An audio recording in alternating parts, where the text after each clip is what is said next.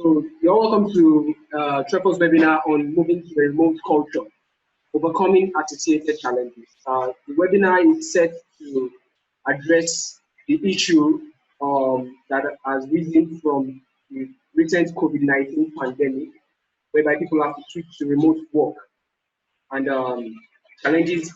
People have been facing challenges in being effective and productive in their remote work, and we are setting up this webinar to provide a solution to business owners, managers, and their team to build a productive remote culture.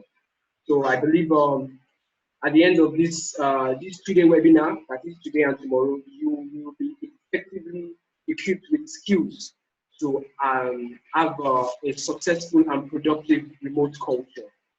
So join me on this train, and I believe you enjoy yourself. So briefly, I also want to talk about Treford. Treford. Now, Treford is an edtech startup that was launched in February 2019, and our goal is to empower youths in undesirable regions of Nigeria and Africa with relevant tech and digital skills to thrive in the digital age. All right, so my name is Iyanuoluwa. I'm an associate, at Alan and Brand. I work in people and organizations. Basically, I work with people and organizations. Things that we practice in-house in Alan and Grant is working from home. The remote work is not really new to us. We do it, so we've been doing it before the advent of the COVID-19. All right, but then I want to get a sense of the people in the class.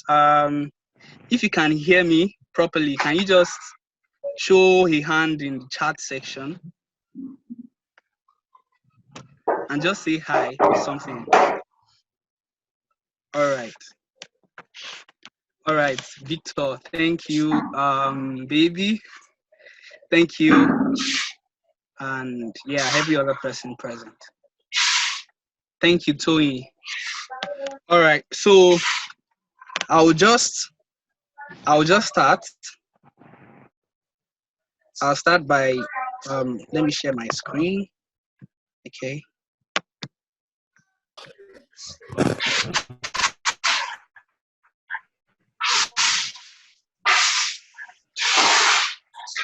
So one of the major things that the COVID-19 has made us realize is how fast things can happen, in the workplace and in the world generally. So I would say in the past 2 months, we've seen one of the biggest kind of disruptions we've seen so far. So we've seen disruption in the workplace, we've seen it in individual lives, we've seen it for everybody. So as an HR professional, what does this mean to us? What does this mean to organizations? What does this mean to the people we work with? And so that's what we are going to be talking about this evening. We're going to be talking about, moving to a remote culture, overcoming the anticipated. So obviously these are things that we are not used to. The recent banters and all this is just all work right now for a lot of us who are working from home. It's just, you talking to your laptop basically. And then so sometimes meetings get really mechanical. You just get straight to the point, and there's really no human connection, which we really need. We really need human connection. So these slides will be looking at the times we are right now. So what are the peculiarities of this time? So what's currently happening? I'll be, sharing some thoughts and also, things that I've read about, countries like South Korea, like the United States, what's happening in all these places, even in Nigeria, what is happening here. So this can make us aware, this to create awareness amongst us. Then we'll go to key challenges. What are the challenges we are facing currently? What are the challenges that individuals are facing? What are the challenges that teams are facing? What are the challenges that leaders and HR professionals are facing in trying to manage people at this time? Then we'll look at tools, of course, for managing people. I was talking about the key implication of this whole break, the whole lockdown on our productivity, on the workplace as a whole. So, and I was about taking the first slide before it went up.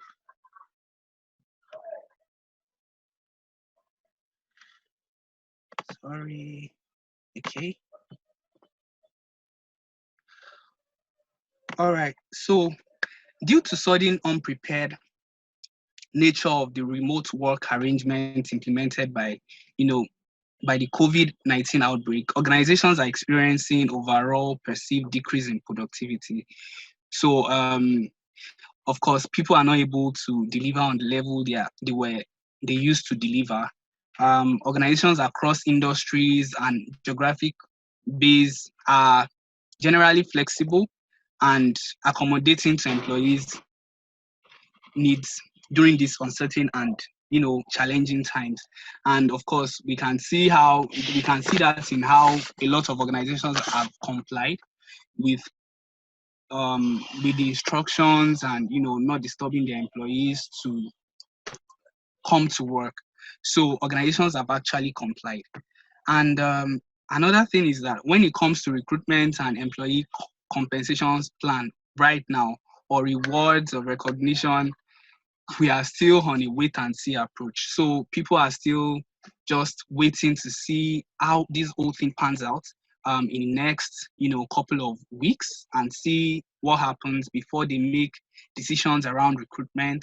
So I have a friend who, left a workplace and was supposed to resume at Google Nigeria, and he could not resume because of the outbreak. But then, of course, he has his employment contract, but he has to wait because, it will be very difficult integrating someone into a team when there is lockdown. So onboarding, they might not be ready for that level of virtual onboarding and the likes, meeting with people. And then of course we know that Google has a whole lot around culture, and they're like they're like industry leaders in terms of managing people and ensuring that people are brought on the right way. So he had to wait and until this whole thing, pans out. And then another thing is that leaders are supposed to consider ways to optimize organizational structure,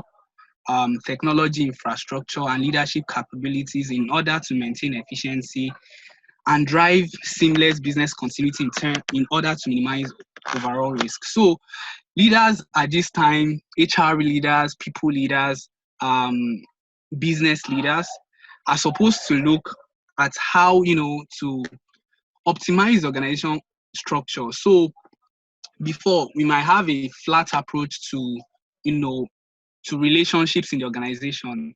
It might have been a flat approach. It might be an hierarchical approach. But now that we have to work on team, we have to work alone at home in places where supervision, there is little to no supervision.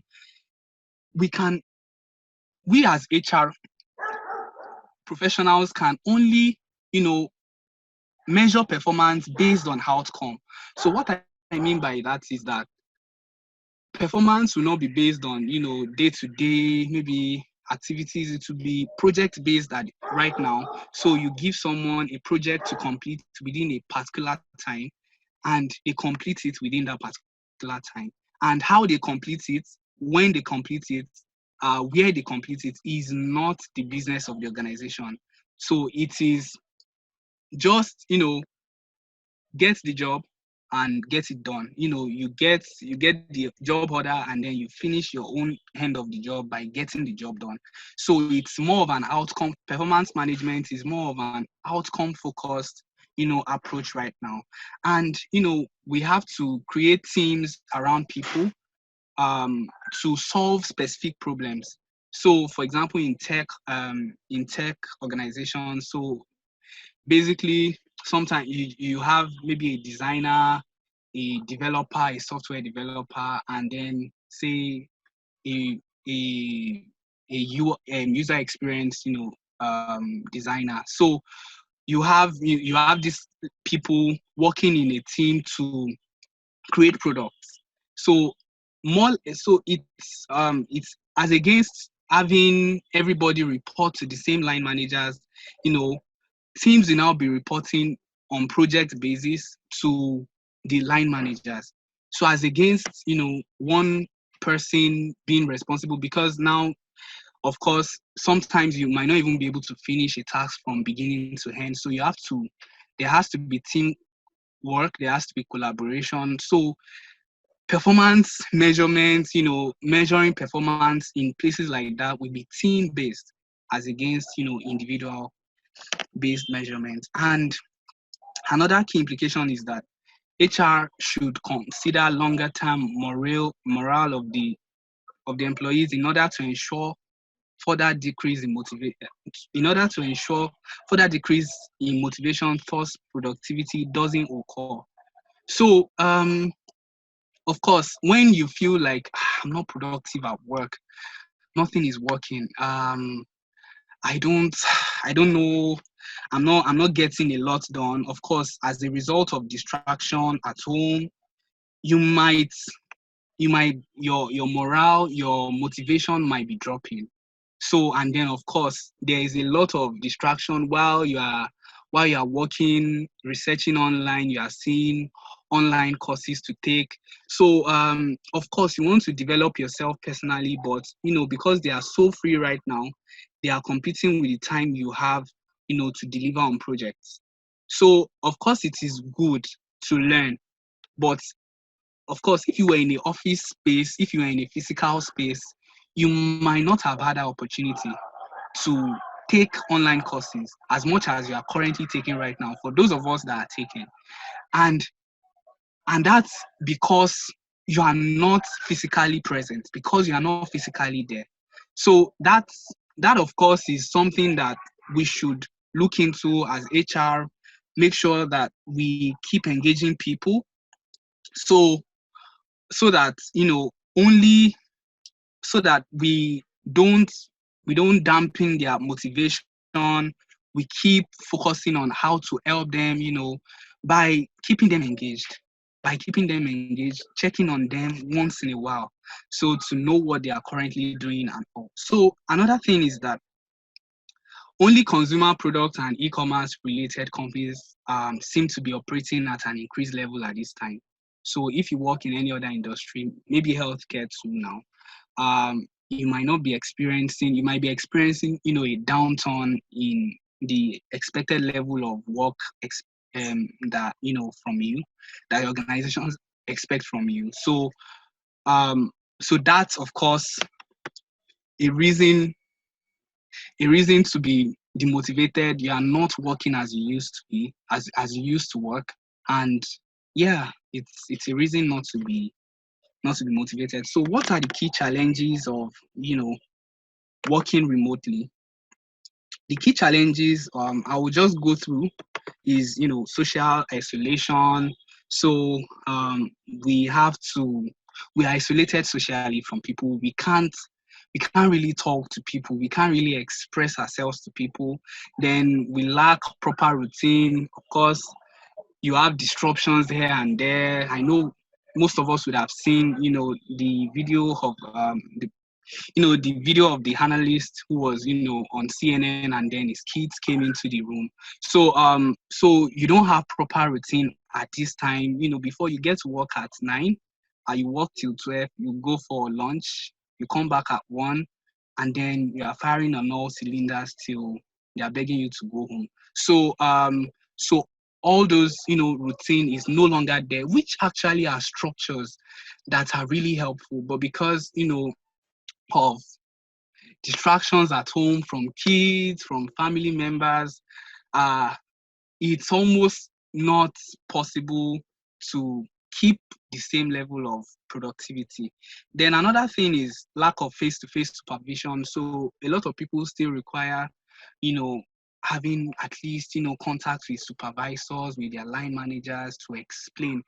And another thing is that, this leads directly to the next one, lack of access to information. So when you don't have physical contact, things that you just turn your chair and be like, hey, boss, so what do you think we should do about this? Now you have to ping him, you have to send a message and then wait for him to respond. You have to call him, he might be on a Zoom or Skype call with another client.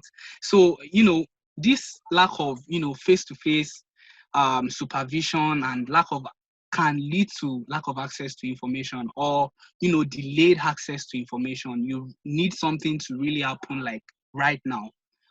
You would have stood up from your seats and rectified the problem, but now those people are not on ground and you have to reach them virtually. So this can take away from your hours of productivity, and even cause you to be not to be motivated generally.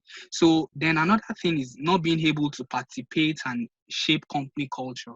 So one thing that being physically absent causes is that people people don't get to relate with themselves, people don't rub off on each other, people don't know people don't know what the organization stands for. So your core values, yeah. But these core values are best lived out, physically. Of course, maybe after this COVID-19, we would see a change to that, because you know we can live our values out virtually too. On the way we message, the way we email, the way we talk to ourselves on social media. But physical presence, physical contact, help us to build culture more. I helps us to build culture more than value. So people really participate. So, and I'll give an example. So you see that when you drop chats on, say, WhatsApp group chat, people just read and they move on. People really engage. People really engage with virtual virtual virtual messages, virtual communications, and this is because human beings are wired to react more physically than virtually. So maybe it's something we'll get used to if this gets elongated enough, and we find a way to make sure that this is sustainable. Maybe it's something we'll get used to, but then physical presence, physical contact always is king, and helps to shape the company culture. Another thing is, communication issues and problematic coordination. I know I've mentioned this already during the course of, in the previous slides.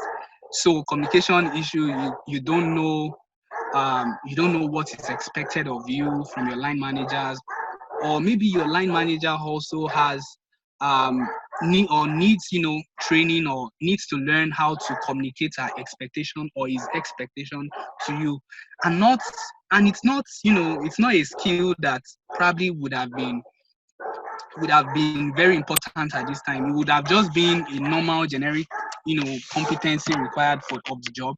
But now having to do this virtually, having to communicate what you mean exactly via email or via text or via phone call, without having, without being physically present. And, sometimes you don't even get to say all you want to say at once. After you finish talking, you remember you want to add something else, which is, more sustainable physically than having to add via email every time. So so this is a major issue. So, and then having to coordinate teams. So some of us even have it easier. So we have all our teams in Nigeria. We only work with people in Nigeria. We are all in the same time zone. Some people are not in the same time zone. They work with people in the US. So cross-functional teams around, around different spread across the globe. So some people have it harder than us. So, but this communication issue and problematic coordination are key challenges during this time. Then, of course, distractions at home. It's like very it's like a major thing that happens right now at home. So you have people coming to check on you. You are alone in the room, you want to be alone, and you tell them, I really need to be alone, but they still find a way to open the door and check on you. So these are issues that and key challenges that HR is looking at, people are facing on a daily basis. So how do you build and manage your remote team? How do you do this? So first, technology. Thank God technology came before this time. So even before now, there has been, the amount of vendor offerings alone on, improving productivity in the workplace, even before COVID-19 came, is enormous, is huge. And, we've not even exhausted, we've not exhausted all our possibilities. We've not checked them all out. But right now, there is need to implement some of those things. There is need to have Slack in-house. There is need to, put post projects on Trello so that everybody knows what is at a glance, can know what is going on in the organization, and can actively contribute to it, and can actively also align to what the organization is doing at the moment. So when you look at Trello and you see all the projects that are ongoing in the organization, you've been seeing it for the past month, you see what your organization is doing more. It helps you to align with the business. It helps you to know, okay, this is where revenue is coming from. So I need to maybe upskill in this area. When you are able to see everything the organization is, is going, is having to do on a daily basis. So these tools are very important, in managing employees at this time, and we just have to build the right tech stack. So have your Zoom in place for video when you have to do virtual meetings, and have make sure that people are also well provided for, well catered for, because of course they might be out of cash. So ensure that they have cash enough or have money enough to be able to get data. So another thing is, you have to establish structured daily check-ins. So this is for, HR leaders, this is for people managers. You have to daily check on people, not just to check on work, but to check on their health. Because the reason why we are all at home is for health reasons. So it's just right to probably send a chat to the group. Hey, how is everybody doing today? Is everybody okay? Somebody does not respond, you pick the phone and call the person, just to be sure they are all right, they are in the right frame of mind, they are doing their work without difficulty, and they are healthy. They are doing it in health. So there should be a structured daily check-in. Also, we should establish rules of engagement. So when you say, so of course, I mentioned earlier that sometimes you drop messages on group pages and people don't engage. So one rule of engagement would be that, okay, it's very important that when you read a message on WhatsApp, you acknowledge. When you read a mail, you acknowledge. You don't just read a mail, okay, I've seen it, I get to work. without telling the person, okay, I got this mail. So your line manager sends you a task at say 9 a.m. in the morning. If you are able to acknowledge mail and say, okay, I'll get to it. I'll get on it right away. I'll get on this task right away. It helps the line manager to say, okay, I should get this back by 12, and also be able to manage your productivity. Okay, so when you are done by 12, that means you are open for another task. But you read a mail, you get a mail, you read, you get to the task, and you don't respond until 12 to say, okay, I saw your mail. Of course, you've already taken away 3 hours. So, and that's another issue for HR at this time and business leaders. You know, being able to trust their employees to be truthful. So you get a mail, you don't respond in 20 minutes, my line manager will quickly give you a call. Hi, I sent you a mail. Check your mail. Hi, check your WhatsApp. So these are ways to ensure that people stay productive at this time, to ensure that they are working for the money that they will get at the end of the month. So then managing how to manage remote teams again is also to provide opportunities for remote social interaction. So this deals with the social isolation issue. So when there is, of course, when there is a system in place to ensure that there is social interaction remotely, uh people feel less left out. So it could just be something about, so a bant about what happened last night in your area. Maybe you stay in Egeda, you stay in Iyanuoluwa, you stay in Surulere. So coming online to say, okay, I I was a vigilante yesterday. I had to come out because, of course, people were disturbing our community. So coming out to say that could, generate more conversation. Oh, so how are you? So how is everybody on your street? So how is, and then people are able to, connect on a deeper level, connect on a level that is deeper than just the work. So this is very, very important in managing remote teams. Another thing is to offer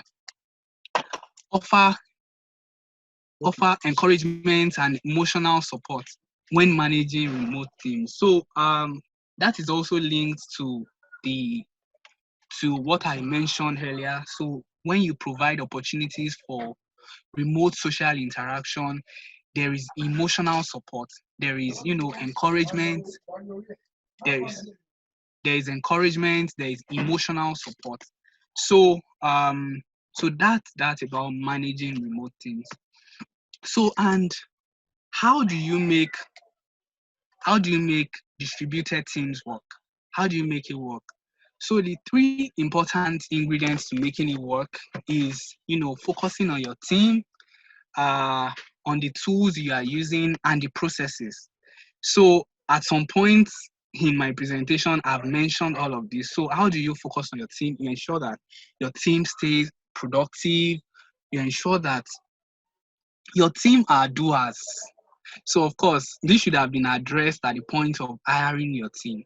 So we want to hire people who are doers, people who you give a task to and they will do it, they will get it done. So these are doers.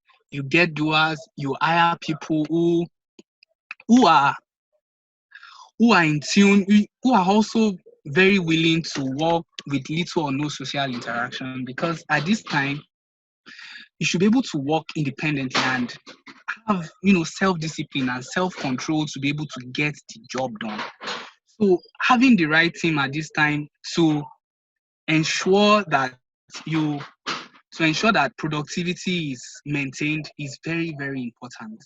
And also you provide the right tools in terms of technology, uh, you know, Microsoft Office 365, Trello, and the like, Zoom and data to ensure that people are doing their work with very little disruption, with very little distraction, and all. And then you put processes in place to ensure that, you know, teams are working optimally. So when I say processes, I mean um, the way you get, say, performance feedback, as against waiting till the end of the month, there should, in fact, there should be daily review of people's task. So before you even start for the day or at the end of the day, your line manager has a conversation with you. And this is why, breaking into smaller teams is more effective at this time. Your line manager calls you up and says, so, okay, what were you able to achieve today? If you are able to work on, a co-working platform, say Google Sheets or Google Doc, where whatever you have put in there, you can share with your line manager. She knows where you started in the morning. She knows where you are now. So she can easily know that, okay, he's working, she's working, and, all the likes. So putting all these structures in place is very, very important. Putting processes to measure performance, to measure productivity, and also to ensure that people are well catered for, employee relations, making sure that people have the best form of, employee experience at this time is very, very important. So, how do we respond to all of this? How do we respond? So, in the HR space, in business, we need to quickly accelerate, smart work. We need to quickly accelerate smart work. And what I mean by that is we should put processes in place to ensure that people are able to work with very little disruption while they are working. And then we enhance health and hygiene. So before the lockdown, my organization put a lot of things in place in terms of health and hygiene. So first, of course, which is like the basic, is hand sanitizers and all the like. So organizations currently supply hand sanitizer to employees who are working from home. They pay them, hygiene allowance, allowance to stay healthy. So some organizations actually supply nose mask to their employees just to ensure that these people are healthy, these people stay healthy. So also you one of the key responses at this time is also to mitigate people risk. So um people are going to have to leave if this continues. A lot of organizations we have to cut down on people. So eh, people, how do we respond to all of this? So I'm going to open the floor right now. This is 7 minutes past 7. I'm going to open the floor and the chat. So if you have any questions so far, can you please let's take a break now so that we have a chat, so that we ask our questions and then I can take them one on one. It's good. Yeah, no, thank you so much for what you've been saying so far. I believe we've all been learning and enjoying ourselves for what Iyanuoluwa has been talking to us about. So if you have a question, raise up your hand. Just use the icon to raise your hand, and I will mute you so you can ask your question. Or better still, you can just type the question in the chat section.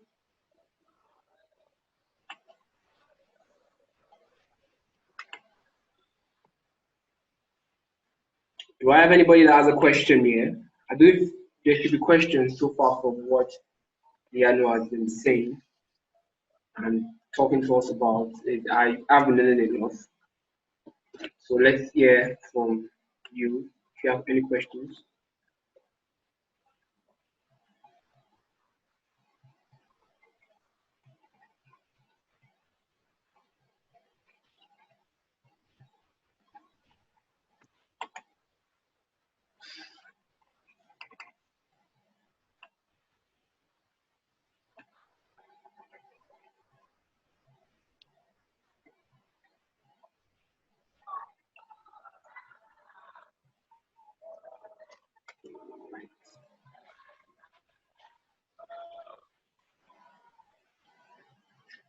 All right.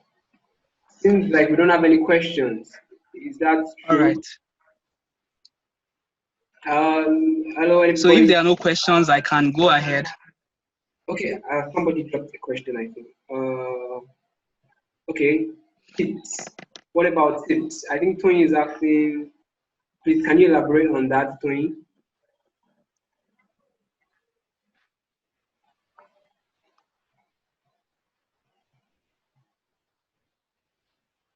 Okay, what tips do you give HR managers in terms of performance management? Ianu, did you get that? All right. Yes. Somebody's asking, what tips will you give HR managers? So of course, the answer to that question is where I currently am. So keep. All right. The answer to so tips to people managers as regards what is currently happening is the slide I'm on currently. So I think I'll just continue with the slide. We also have one more. Okay. We have some more questions though. So how do you track employees' performance without micromanaging? Yes. All right. In terms of performance, okay. So what tips do you have? Would you give HR managers in terms of performance management? Then, how do you track employees' performance without micromanaging? All right. Then also, what will you advise employees to do to stay productive? All right. So that's all the question I have right now. So how do you track employees' performance without having to micromanage? So of course, at some point in this in this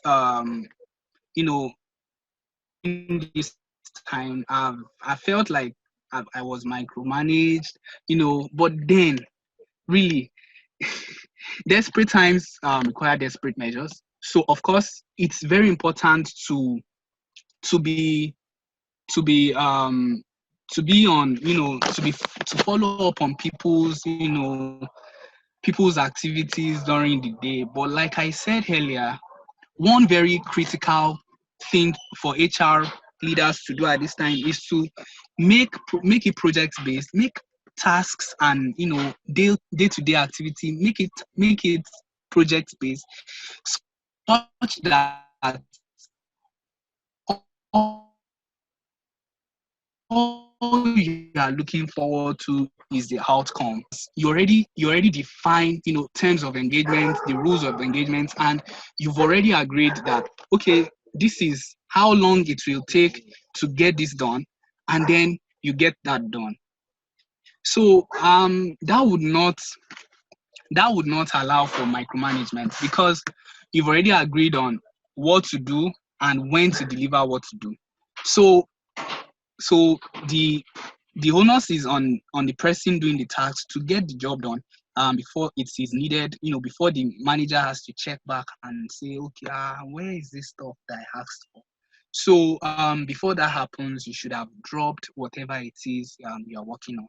So I feel making activities, in the workplace, day-to-day activities in the workplace, more outcome based, more results focused is key at this time.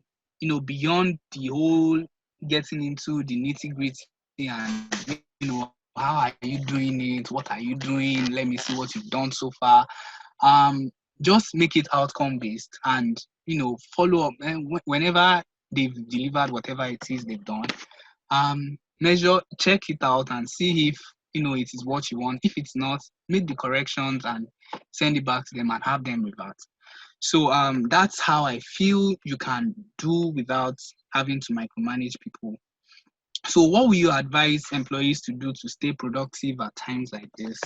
So I feel fundamentally employees need to be more self-disciplined. You have to show more level of discipline at home. When you're at home, avoid distractions, set boundaries, let people at home know when you are working, and set clear boundaries. Another thing is, to put yourself in work mode. So basically what I do every morning, what I did this morning was, when I woke up, I had my bath. I had my bath, normal time I have my bath. And I wore something, not a office clothes, but normally I would just walk around the house with the minimum amount of clothes. So, but when I want to work, I kind of dress up a little and I get to work. And just to have a feel of I'm in the office, I always take coffee in the morning. I always take coffee in the morning, and that might also work for you. It might be something else. So me taking coffee, me smelling the coffee, this is what I do at work every morning. It makes me, it psychologically maybe rearranges the whole landscape of how my house is, and then I just feel like I'm working. I'm currently working right now. So this anything can help. So you might want to check what works for you, and you know what I said might also work for you. So another thing is, so that's all the question. Yeah. So what are key people responses that we should take at this time? First is to accelerate smart work. Like I said earlier, HR professionals have to quickly know how to get people to work remotely with little or no disturbance. Empower people to work remotely by giving them everything they need in terms of tools and everything they need to work remotely. And enhance health and hygiene, like I said earlier, making sure that you adopt new hygiene or health habits to nudge employees. So it might be a gentle WhatsApp message in the morning to say, wash your hands today. It might even be changing your email, instead of best regards, you change to stay safe, always wash your hands. So things like that could help nudge your employees in the right directions. And if you have to go to work, so I have a few friends who still who work from the hotel. So not everybody is actually on total lockdown, because they can't afford to lose productivity. For example, client support, people who are supporting the use of technology. So for example, let's say you are using Zoom, like we are using Zoom right now. Let's say Zoom is a smaller enterprise resource platform, and someone is back end managing the database and the likes, or probably a cloud engineer somewhere managing all of that, and you have issues. There should be a way to reach out to this person. So the people responding to all of this sometimes need to be in a group, because sometimes you don't know all the answers to all your maybe all your clients' issues. So when you are around yourself, let's say business support, people who are in business support or in tech support or in, say, customer success officers, they are all in one place trying to ensure that the use of technology is seamless. So for people like this, they have to be in the same place. So ensuring that these people have the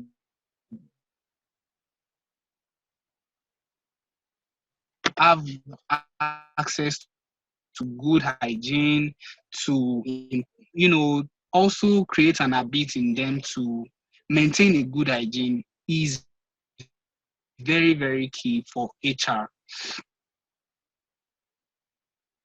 So also you want to mitigate people's risks. So there are some roles, even while everybody is maybe a little bit relaxed right now, their role is very key.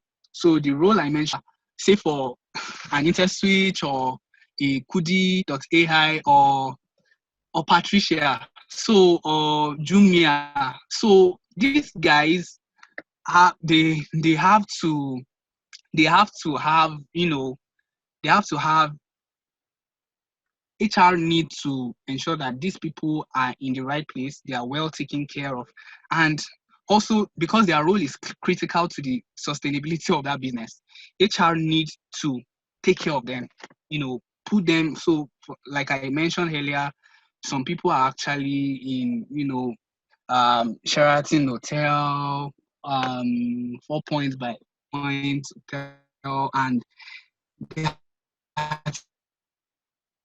taking care of them just because their role is critical to success in the organization, at least for now.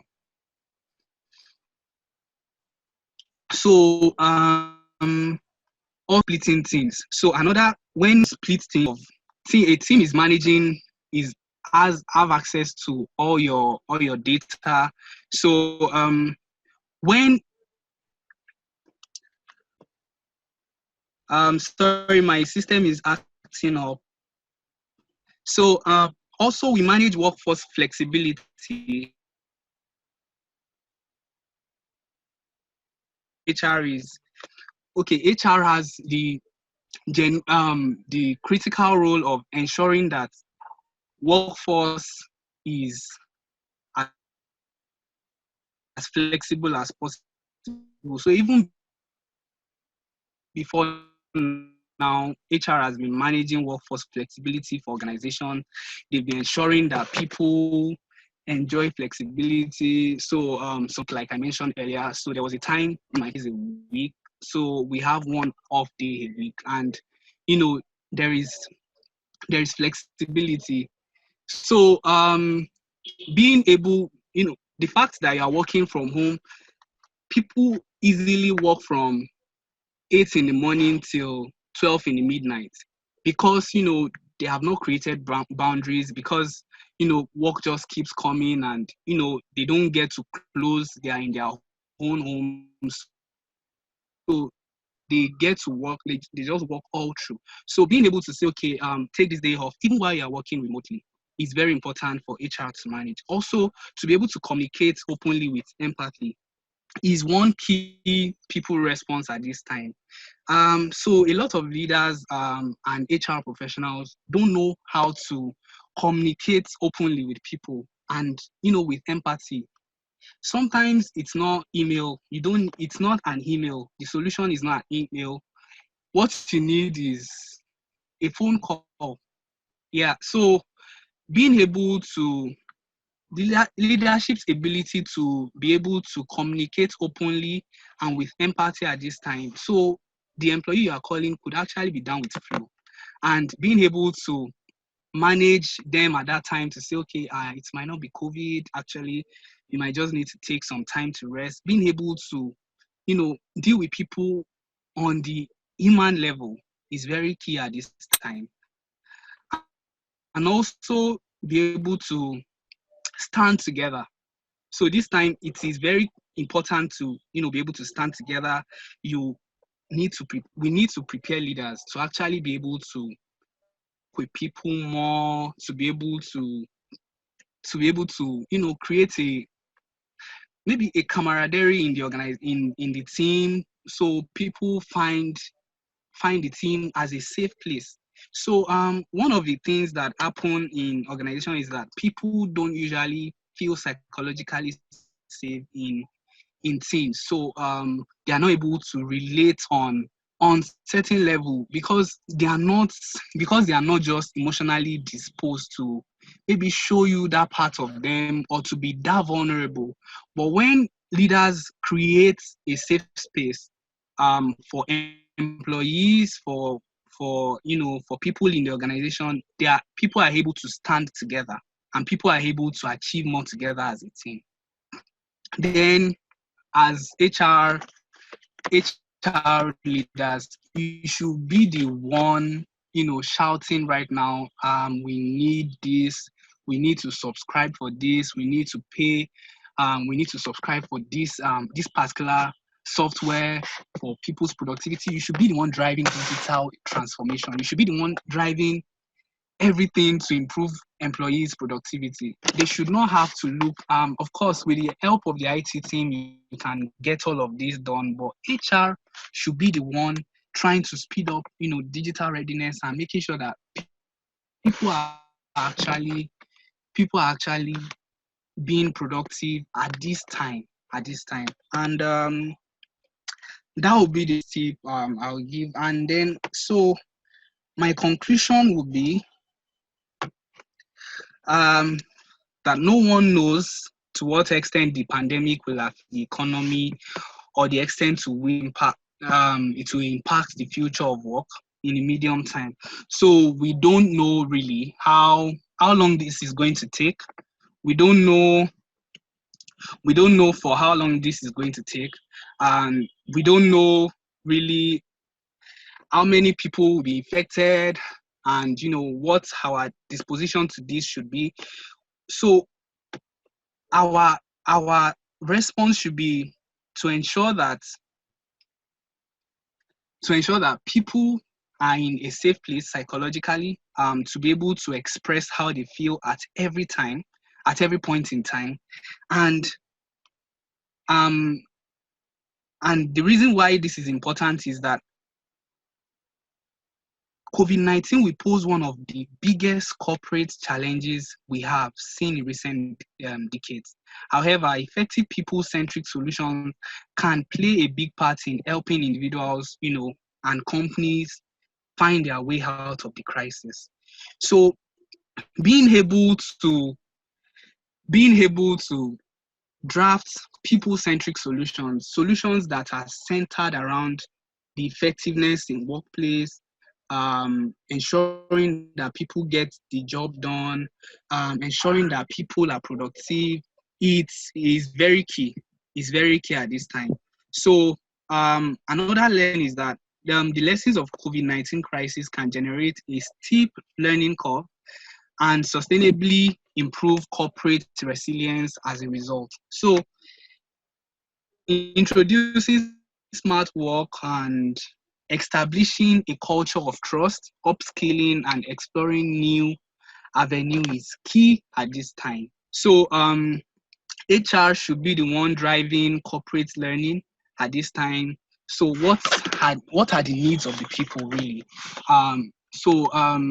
People don't know how to share their work online. These are things that HR should be driving at this time. So being able to make people in the virtual workspace, being able to make people as comfortable as possible using digital tools. So these are things that, learning and development, and even change management as part of the roles of the HR manager should address.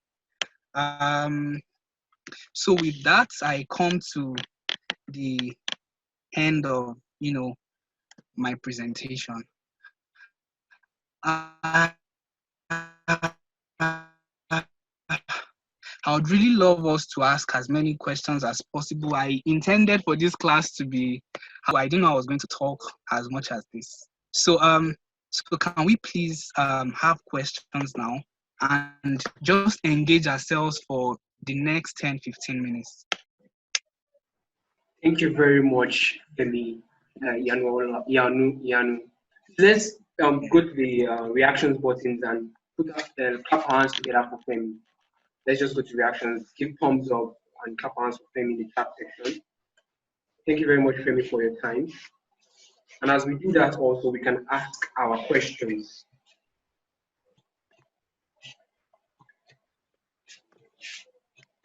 All right, while we are doing that, I wanted to know that for Slack, Jira, and Trello, if you need help with setting up this software for your workforce, you can message us or send a mail to us at I'll drop a mail that you can send a email address where you can send your request to, and we'll be willing to help you solve those problems.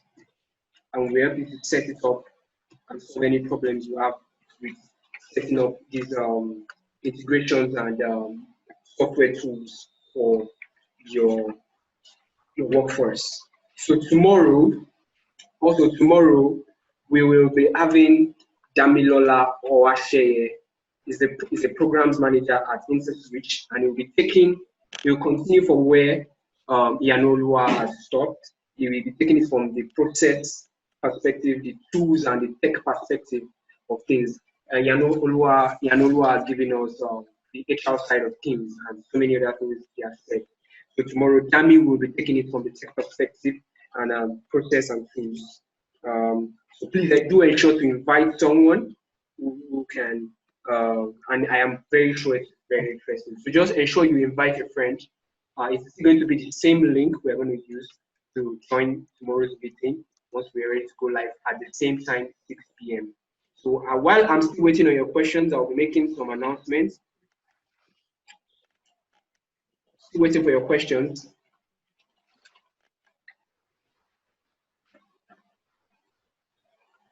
Oh, I don't know about you, but I have enjoyed the session so far. I've enjoyed the session so far,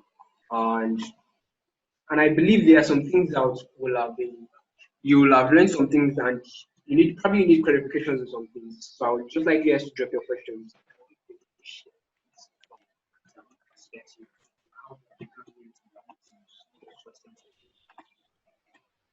And if you would like to also share with us how you've been handling your work, how you've been handling remote work at your own workplace, let's hear it. It's a time for interaction. So let it not just be from the facilitator alone. Let's interact. You can share with us how you've been doing work at your own workplace, and we can also learn from it.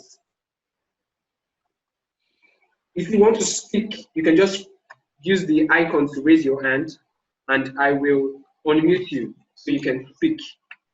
And if you can type it in that section, that will also be very interesting.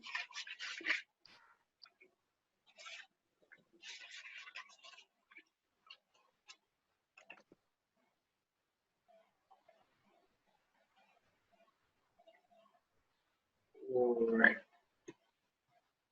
So I have a question. So does anybody use any tool in the organization currently to monitor productivity? And what tool is it? What are the downside of those tools? What do you think the tool can do better?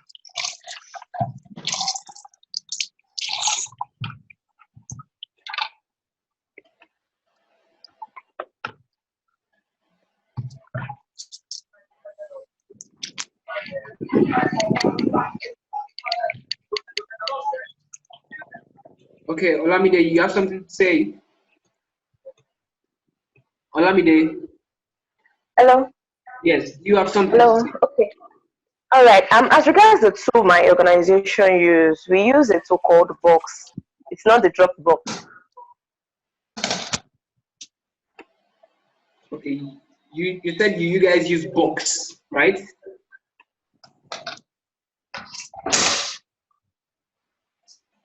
So it's just Box. I think it's the Canadian tool software that.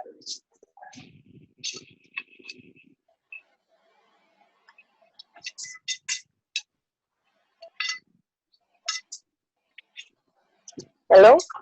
Yes, Olamide, can you come again? We didn't hear you clearly. Yes, we can hear you. Okay, so as I was saying, I said the tool we use is called Box. So Box is a tool that stands as a backup for all of our organizational documents, our client documents, and can also be used to review documents also. So sometimes we have owner rights, we have editors rights, and we have viewers rights. So most times, if you create a document or you develop a document, either for clients or it's an internal document, so most of it are confidential.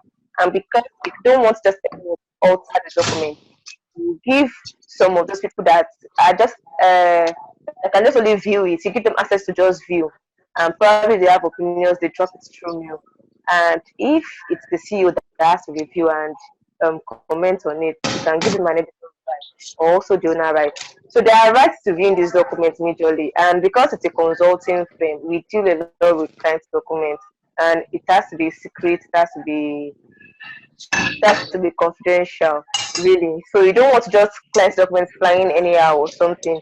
And probably because of network issues, data, voila, and all of that, you can't send it via any other means. It's either box or via the company's email address. So I think that's one tool that has helped us at this time to be more efficient sharing documents. Thank you. All right, thank you, Olamide. Okay. Does anyone have any other question? Does anyone have any other question or wants to share an experience with us, workplace experience during this remote work? How you are getting work done? Hi. Hello. Hello. Hello, Hi, Hulwati. my name is Toy. Yeah, hi everyone.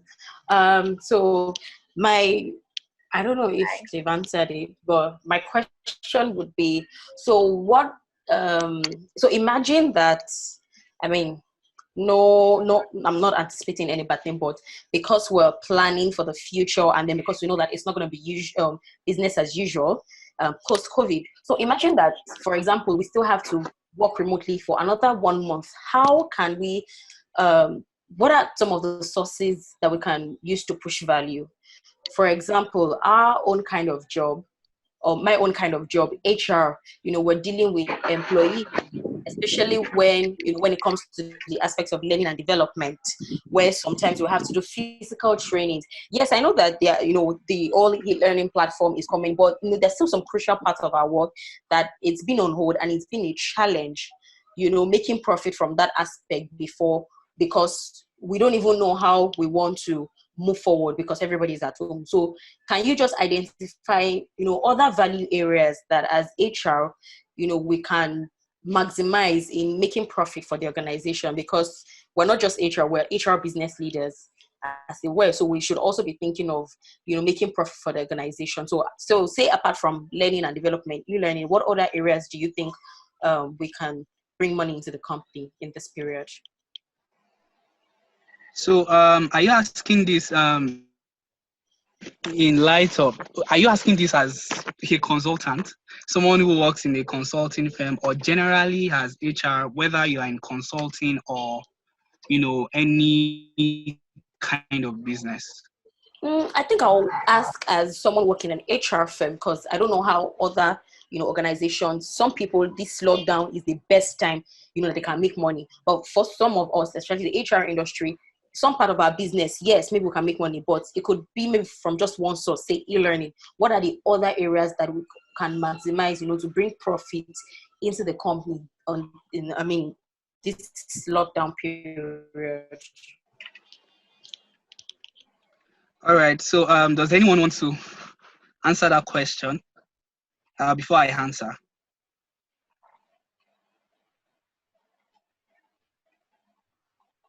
Can just show it. Show a hand. Show your hand if. All right.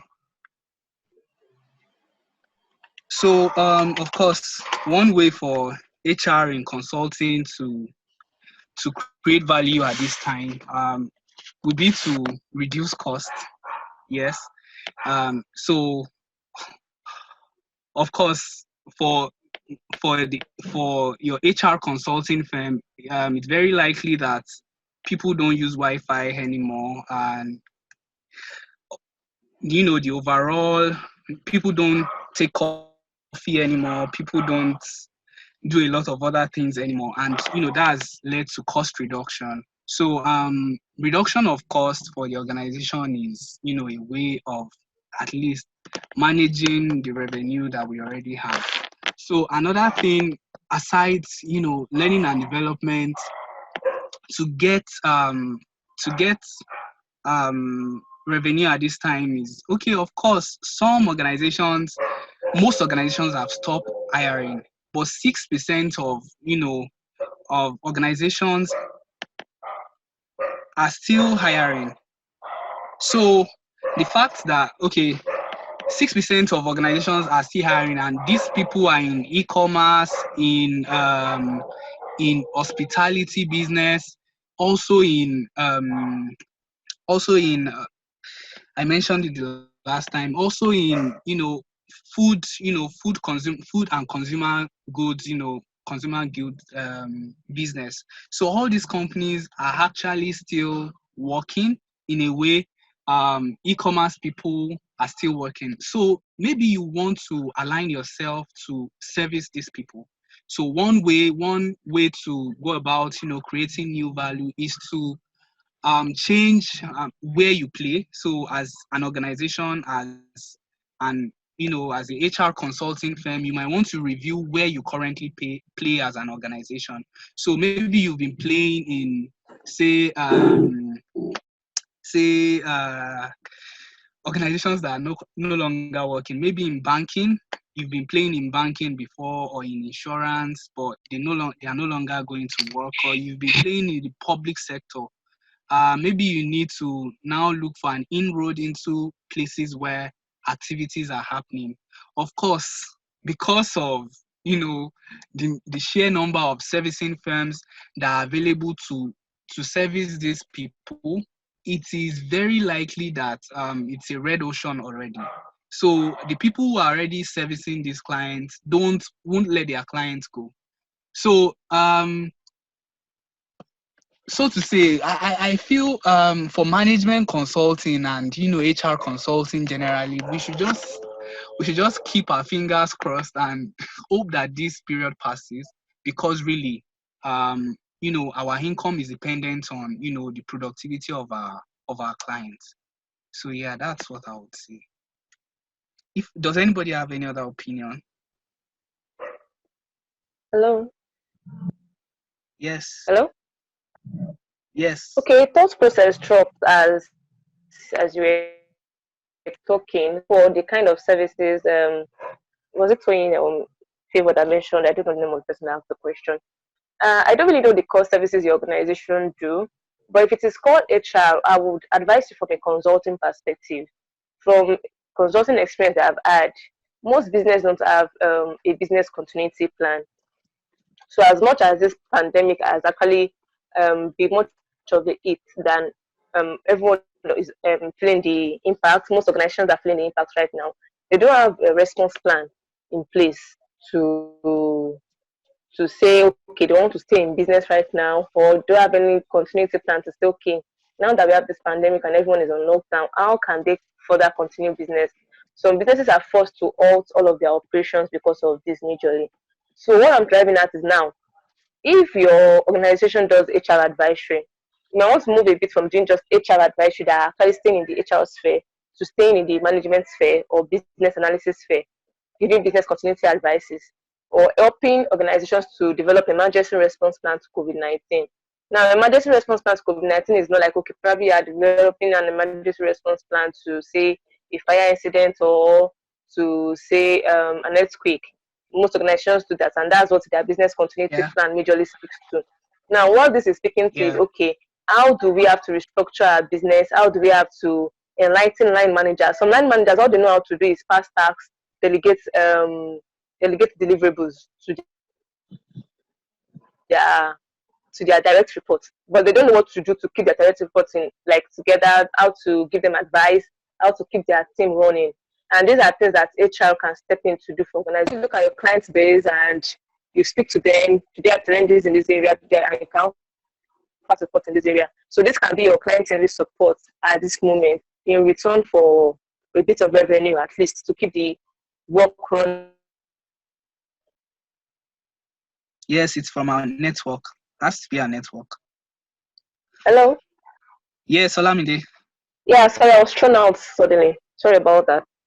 Okay, so Yeah, as I was it's fine. saying, so this can be an opportunity for you to reach out to your clients and offer support to them, but probably at a discounted rate. Like probably the rate of your services normally is probably on the high side, or they just not the rate for your services. You may actually bring it down for them for a percentage and still offer them these great services. They will actually be very glad, because I think that's one thing most organizations are facing, not being able to train their line managers to cope with what is going on right now, and also not having a response plan to the pandemic to keep their business running and to keep their business running maximally, majorly. So I think that's one major thing you can look into. Mm. Yeah. All right. Thank you very much, Olamide, for that. Yes. Does anybody have any question again to ask? I think my question, I think this one thing that has been bothering me is like right now, this night, I still have a 10 p.m. meeting. And I'm wondering, is it like I don't have a life anymore? Sometimes you're like probably awake at that past 7. I just see your line manager call you past 7. No, guys, not up to 8 a.m. Like it's not 8 a.m. yet already. My time is 8 a.m. to 5 p.m. and I just try to keep that time because sometimes I still have to speak to my family, video calls. I live around people. You want to reach out to them. You want to do some online learning. You want to have a class. You want to have a book, and all of those things. And work is like they feel you have all the time in the world to just do work, work, work. And how do you balance life without saying your CEO, because it stays in Canada and there's a 7-hour difference in time, would say, okay, you have to be flexible with your time and not fix some meeting for 10 p.m., 11 p.m. It's uncalled for, really. I feel there can still be a way to, how do I put it now? To find a middle ground, so to say, to find a middle ground. Most people actually have their own personal life at night after doing the work during the day. So how can I balance that? All right.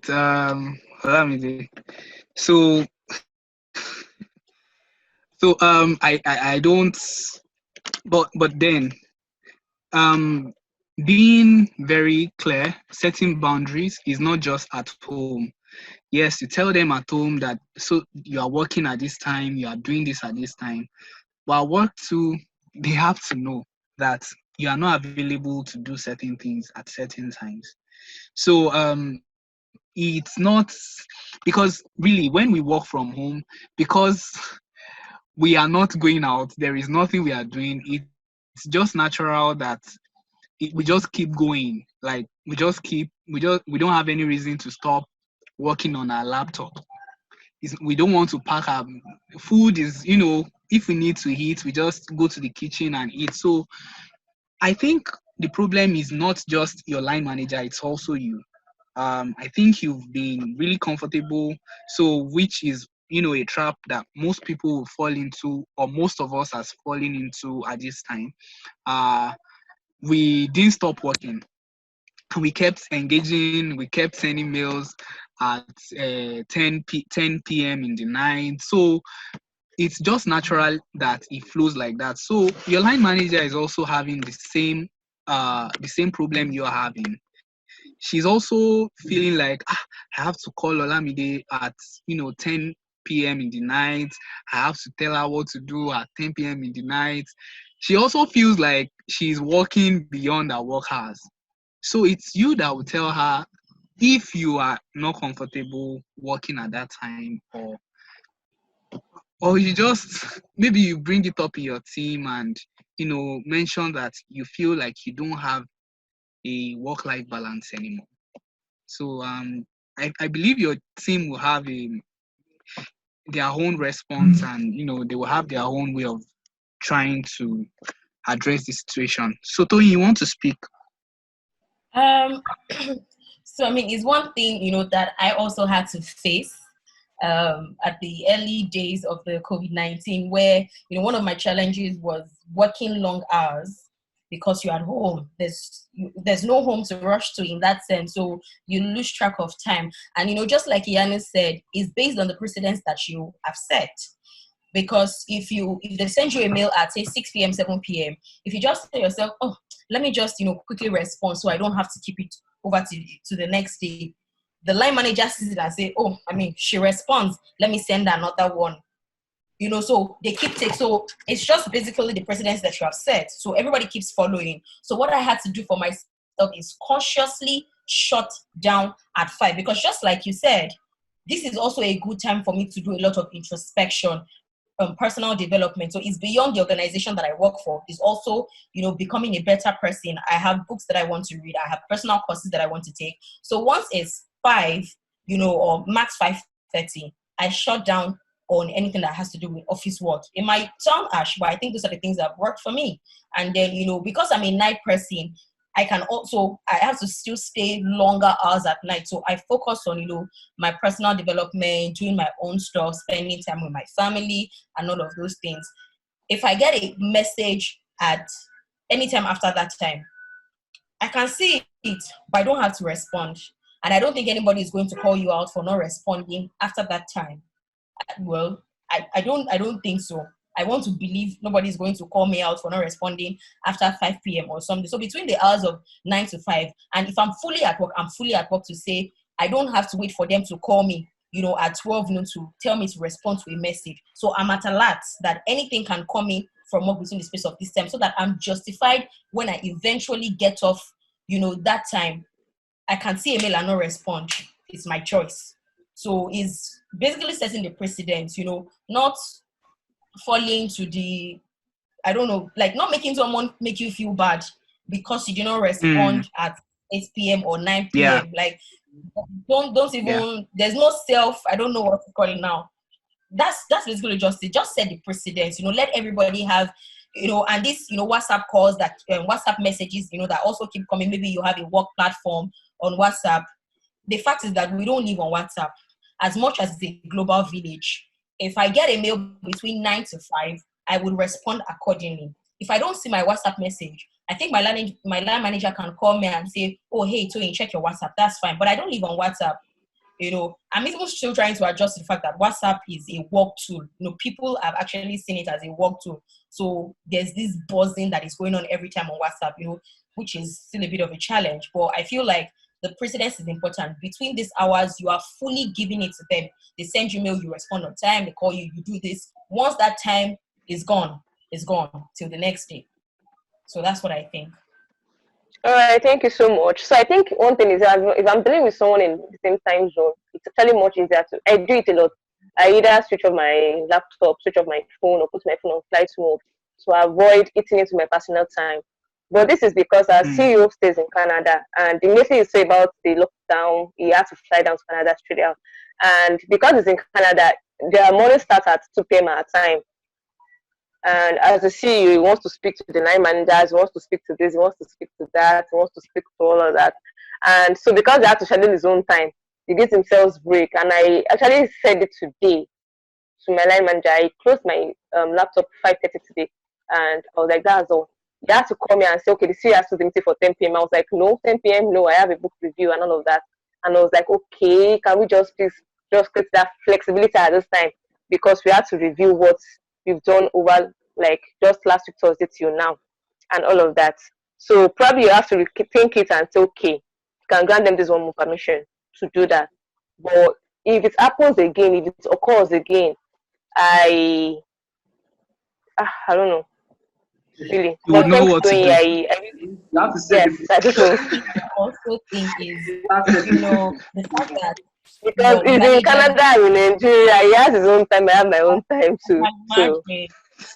But the thing is, everybody has to find a middle ground. That's the honest truth. That's what I was asking. How do I create a middle ground majorly? That was the question. How do I create that middle ground? The time difference is a whole 7 hours. Yes. So I would first of all say, number one, it's in the place of value. What kind of value are you giving at the time where you are actually, at work? That's time of work. If you're actually giving immense value at that time, I feel it's easy for you, when, the time it's, their own favorable time and not your own favorable time. I think it will be easier for you to be assertive to say, look, this time is not convenient for me. I think that based on my own current geographical location, I've been able to do this and this and this, produce this kind of results in this space of time. And so so people actually respond, more when you are giving value. I don't know if you understand what I'm saying. So maybe by the time he's coming online, he has already seen maybe like 3-4 mails or like 3-4 results of the work that he asked you to do. I feel like he's impressed. And they'll probably, so when you say, oh, this time doesn't work for me, I have this and this to do, I feel like employers, would respect that more. So people just basically want value. Value is one thing that can help you to command a lot of things in organization. My personal opinion. So. All right. Thank you very much, everyone. our time is fast spent and on the webinar today, and it's beyond HR. It's generally for us to move to the remote culture, and some very, very cogent points have been raised. The fact that we have to set precedents and not encouraging our line managers to use the quote unquote flexible work schedule to trap us into working in our own personal time. So I think all those things and setting the values, and if you're offering values at during your work period, yeah, I think very wonderful points have been raised, and thank you again, Femi. All right, so we have a question though. Okay. From Ifema Kinde, he said he feels or she feels, I feel video calls are important. How can you convince a team member to turn on video during calls? Well, if I am to, do you want to take that, Femi? No, go on. Okay, so from what I understand, most of the reasons why people currently do not feature their videos during calls is due to data conservation on most ends. But just like you said, the visual aid, face-to-face communication is just like you're trying to replace or like say, trying to have that same facial face-to-face communication procedure during like one you have very like one that is very similar to the one you have at work. It's very important. That's why you need the video during the calls. So I think if you can get them to understand the fact that messages are conveyed easier or much better when there's a visual connection, I think you can get them to turn on their videos. Do you have anything to add to that thing? Yeah, another thing though is, of course, for example, if we are on Zoom and everybody turns on their video right now, the bandwidth will go through the roof. So, and I feel like most of us don't have enough, data infrastructure to support the amount of megabytes we'll be consuming per second if everybody's video is actually turned on. So, that's okay. For example, if we are having large meetings in-house, we all turn off our videos, and then only the speaker turns on his video or her video when we are talking. So really, I feel the fact that it's videos, like you said, of course, makes it's another level of contacts aside, beyond just the audio. Of course, you're able to see the person's facial expression and at least the level of body language from doing video calls. So yes, I agree that there will be a deeper level of interaction at that point. So if you really want them to turn it on, why not convince them? So it's fine. All right. Thank you, Iyanu, for your time today. Please do not forget, tomorrow we have Damilola Owasheye, the project manager at InterSwitch, that's going to be taking the process tools and the side of all that we've discussed today. And and also please do want to invite someone. I want to also talk about one of our supporters for this webinar, that is Payloader. So Payloader.ng is a bulk airtime and service solution used by companies and individuals. At a time like this pandemic, when remote working is the norm, communication is highly important. So while you are taking care of other things, Payloader will handle your airtime and data to all your staff per time. So you can just like load data for all of members in your company. If you're a manager and you're managing a team, just load data for all of your team members with one click, or you just load airtime with one click. So Payloader is very fantastic. And, just go to payloader.ng and enjoy the seamless way to load airtime. Also, finally, I want you all to thank you all for coming. Really appreciate it. Please do stay safe in this period and just wash your hands daily and enjoy work in any way you do it. And You can share with us your challenges on the mail I dropped. I will drop it again. Share with us your challenges on the mail I dropped. And I'll drop the mail again. So you can share with us your challenges. If you need help in setting up any remote tool to help you in your workspace, we have a consultancy arm at Treford that is willing to help you with. We have a lot of extra trades in this, and they're willing to help you get it set up as soon as possible, either in Jira, Trello, Slack, or anything. Thank you all for coming. Really appreciate you. Please go to invite others tomorrow, 6 p.m. to 8 p.m. same time, and I'll see you all tomorrow. Now, also, you will see a link on the. You see a link right now on the slide. Please ensure you go to that link to give us a feedback of the webinar. You understand? And follow us on our social media pages to get more updates on more of our offerings as time goes on. Please ensure you fill the feedback form so we get to offer you better service as time goes on. It's going to make us know what you feel and how about our service. Thank you very much, everyone. Thank you, Ife Makinde. Thank you, Boluwatipe, Mamjoye. Thank you, Iyanu, for coming. Thank you, Jennifer, Olamide, Olayemi, Oluwatoyin, Harry, Toyin, and Taju. Thank you all for coming. Really appreciate it. Yes, follow us on all our social media platforms. Thank you, everyone. I'll drop the link now so it'll be easier for you guys to just click, give us a feedback. And if you need help in setting up anything, throw us a mail at favor@treford.com. Thank you very much, everyone. My name is Favor. See you tomorrow, same time.